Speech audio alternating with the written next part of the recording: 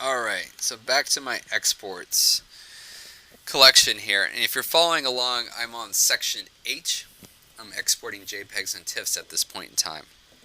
And you can start with any of these collections really to do what I want to do next, which is make my presets. But on the handout, I started in color, so I'm going to put color here. And I'm going to select all those.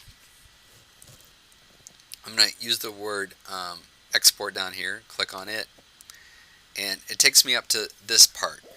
And so here I'm going to go ahead and set this up and make these presets JPEG and TIFF. So first thing I'm going to do here is show you what they look like.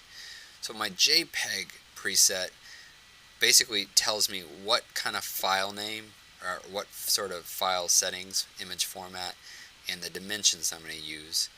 And then it tells me also just kind of color spaces, that kind of thing. There's also a little thing here with these different renaming that I'll get to here in just a little bit.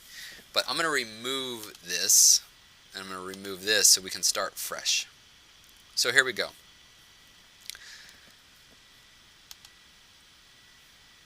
I'm just going to go ahead and use the desktop as a starting point so that it kind of gets me totally fresh.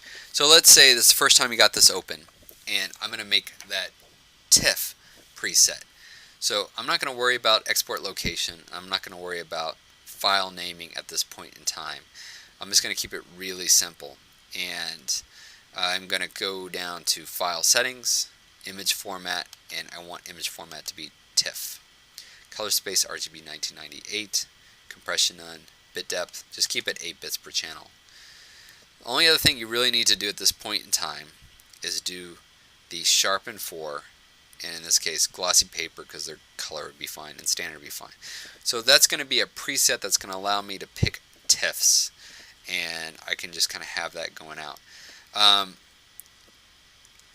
The other part I can do here is if you know that they're always going to go to the same location, you could put that in the preset. That may not always be a great thing to do, but I'm going to do it here for my TIFFs preset. So I'm going to hit choose, find that catalog folder, find that client, and then I'm going to find exports, and then here's my TIFFs. So that's where they're going to go when I click on TIFFs. I hit choose. So that's all set up there, and I'm going to add that. So I'll call this TIFF, and realistically it's probably a TIFF folder specific to Jeanette Gomez. So I could call it TIFF Jeanette Gomez and have that kind of set up ready to go. Now I can also make another one that's specific to the JPEG. So I go up here to JPEG, and I'll hit choose, like so.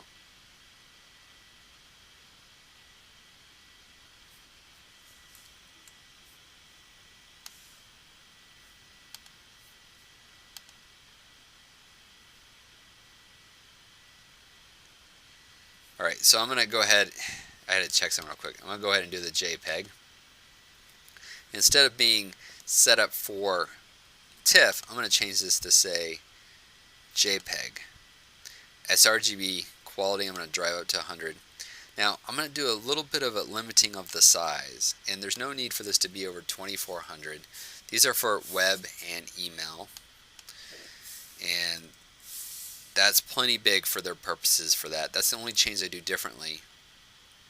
And I'm going to add this as JPEG GJ for Jeanette Gomez, and I'll just have that there.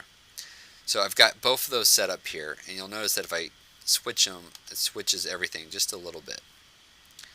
Alright, so I'm here with my colors, and I'm going to go ahead and run them through this process. So I've got JPEG selected first of all, so they're going to go to the JPEG folder, and then everything's great except for the file name. So, and this is kind of, you could add a preset for this too, but I'm going to go to rename, and all I'm going to do here is go edit and add a little thing that says color at the end. So you could just type this in, color, and it'll add it to the end of each name, and that allows you to set up to have your color presets or your color settings there. And that's where I would go from this point forward and run through the whole process. So I hit export, and it's exporting those files right now. Now I can start going through and batch export everything else at this point if I wanted to, but I'm just going to show you one done so you can see what happens here. So let me go to the Finder window, and you can see that if I click on exports, and because I did JPEGs, boom, here's my color ones all exported, all as JPEG. And if you even look at one, they're all 2400 pixels on the long side. So that's all there, and I've given them a 2.9 megabyte file instead of like the potentially 32 or 36 megabyte file from the raw. So that's a big difference, and is much more for the client's needs. And we'll do the rest in the next movie.